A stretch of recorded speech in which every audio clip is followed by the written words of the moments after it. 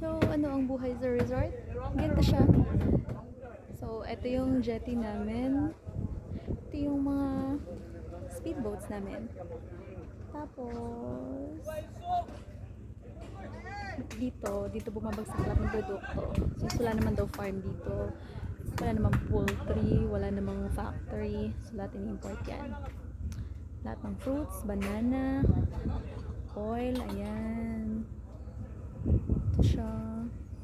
So, kakarating ko lang ngayon. So, ito siya. Dito ako bumaba. Yan yung mga pansundo namin sa guest. Tapos, papunta na ako sa aking room. Wait, tingnan natin ha. Para lang sure hindi tayo mahuhulog. Kaya nasa ganda ng resort namin.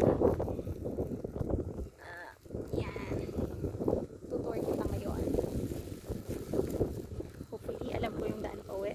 Ngayon lang kasi ako lumuwas sa puntang Mali. First time. Hi, Miss Carlene! Yan yung aming front office. Filipino.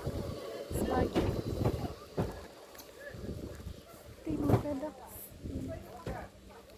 Sundan natin si Miss Carlene. Ito yung daan namin. Yan. Maalon, diba? Pero ang ganda ng islands. Natural island to, hindi to reclaim. Kaya, ang daming puno. Yan yung AEM. Ano ba? EAM. Executive Assistant Manager? Something like that. Yun. Yun.